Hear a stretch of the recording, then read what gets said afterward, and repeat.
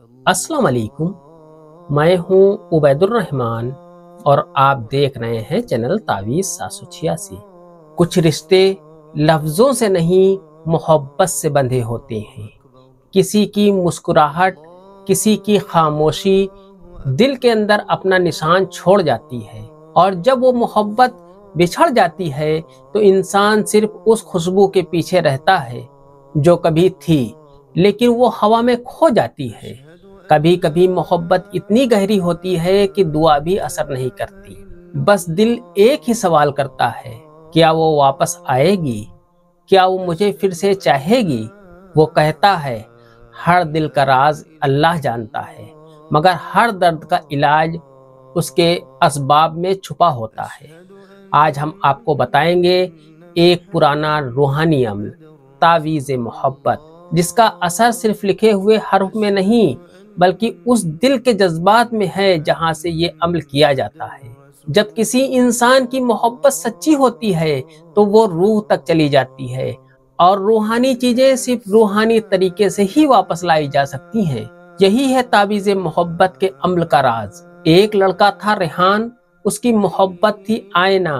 दोनों एक दूसरे के बिना अधूरे थे, लेकिन एक दिन छोटी सी बात ने सब कुछ बदल दिया। आयना दूर चली गई और रेहान के दिन रात उदास हो गए। रेहान हर जगह गया, हर दुआ मांगी, लेकिन हर बार हवा में एक ठंडा झोंका आता, जैसे कोई कह रहा हो अब वो वापस नहीं आएगी। फिर एक दिन उसे एक बुजुर्ग मिले। उन्होंने कहा, बेटा, मोहब्बत एक रूहानी रिश्ता है, और जब रूह टूट जाती है तो उसे सिर्फ रूहानी अमल से ही जोड़ा जा सकता है। उस बुजुर्ग ने रेहान को दिया तावीज़े मोहब्बत। उन्होंने कहा, इस तावीज़ को अपनी नियत और यकीन से लिखना, वरना ये सिर्फ कागज रहेगा।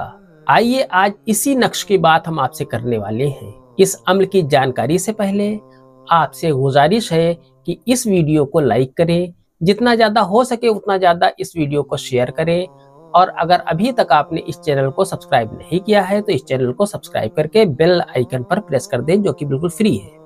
आइए नक्श के बारे में जान लेते हैं। आपको नक्श इस तरीके से बना लेना है। इस तरीके से नक्श को बनाने के बाद ऊपर यहाँ पर 786 लिख देना है। 786 लिखने के बाद आपको इस खाने में लिखना है 12,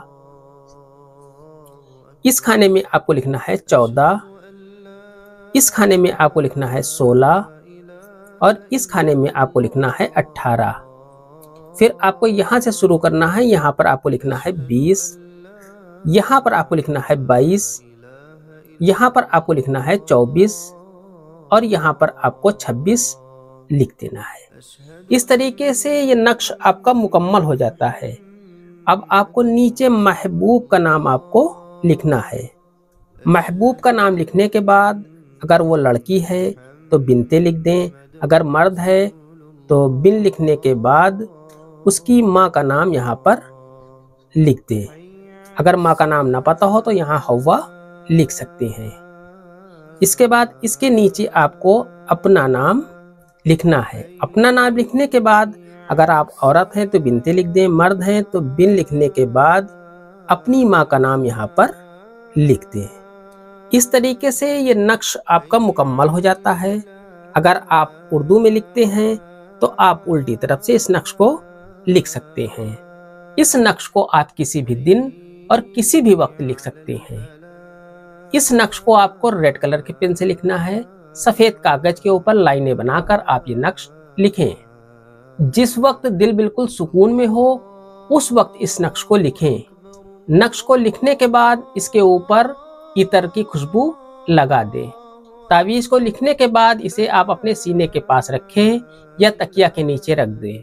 इस तावीज़ का असर तब होता है जब आपका दिल सच्चा हो और आप किसी को रुलाना नहीं बल्कि सिर्फ पाने की नीयत से इस अमल को करें।